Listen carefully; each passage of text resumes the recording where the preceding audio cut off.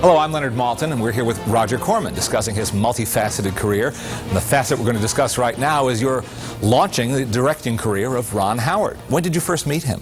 I first met Ron when he did a picture called Eat My Dust for us. He'd been the star of Happy Days, and I had a teenage comedy car crash picture I wanted to make, and he was the logical person to play the lead.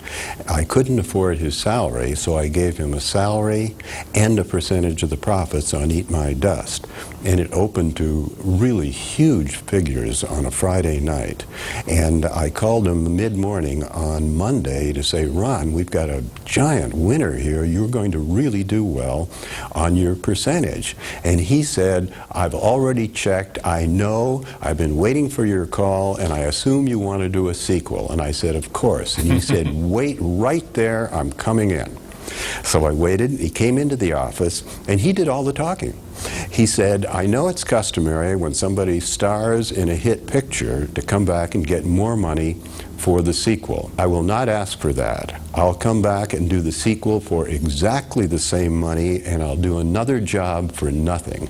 And I said, what's that, Ron? And he said, I'll direct the picture. And I said, Ron, you always look like a director to me.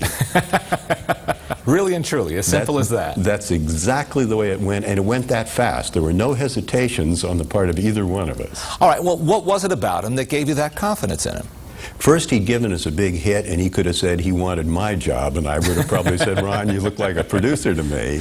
But also, I knew that he had studied it at the SE Film School, and I had done several short subjects, and he was an intelligent, very hard-working young man, and I felt all of those things together, it was worth the gamble. And a gamble that paid off, didn't it? Yes.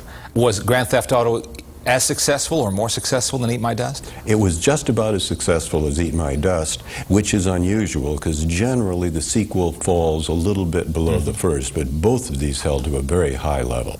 He also co-scripted the film, but not just with any other screenwriter. He did it with his father, Rance. Had you worked with Rance before? I had worked with Rance as an actor, and our problem was that Ron was going to direct and play the lead. And he didn't want to be a Laurence Olivier directing and being the lead in every scene, so we had to come up with an idea for a script where he could be the legitimate lead but not be in that many scenes, so he could spend most of his time directing. And we threw out idea after idea until Ron and his father came up with the winner. As soon as they told it to me, I said, yes, we'll go with that. Ron is the poor boy in love with the daughter of the rich man who doesn't want Ron to marry his daughter.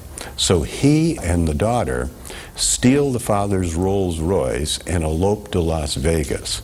The father, enraged, chases them, and the state police and everybody gets into the chase. The beauty of the idea was we could shoot all of Ron's scenes in 1 or 2 days, because if you have this chase like this, Ron and the girl are in the front car and you can shoot all of their scenes in 1 day. Then he spent the rest of the picture shooting all the people who were chasing after him. How many days was the shoot on a film like this? That was a 15-day picture. At that time, 15 days was our standard schedule. Now, did that include weekends? Did you work Saturdays, Sundays? No, we didn't. We worked a normal 5-day week. So it was 3 weeks, three weeks time from start to finish. Wow. Double wow on a film like this. How much of that would be devoted to just sheer action on a film of this sort? We did something similar to Death Race 2000, in which Ron shot most of the work, but at the same time we had some of the action scenes shot by a second unit director, who's actually a friend of yours from NYU. Alan Arkish made his debut as second unit director on Grand Theft Auto and then went on to direct several films for me. The fact that Ron Howard was able to be promoted as the star obviously got people into the theater there, and he was a very hot commodity at that time, as he remains today behind the camera. All these years later, he decided to put you in front of the camera in Apollo 13, his latest movie. How did that feel? It was very funny. I've been asked to play cameos. They don't think I have the ability and their right to do anything more than a cameo by a lot of directors who started with me. Francis Coppola was the first one who had me play a senator in Godfather Part 2. And I think it's sort of an affectionate gesture on their part, and maybe unconsciously it's their chance to tell me what to do. Maybe not so unconsciously either.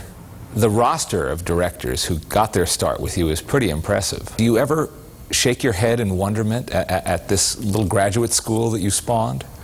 Partially in wonderment and partially in pride. I really take a great deal of pleasure in the success of our graduates, as we refer to them. Well, it's interesting to see where Ron Howard got started, and it's interesting to see where he's gone, and that's what we can do right now with Grand Theft Auto.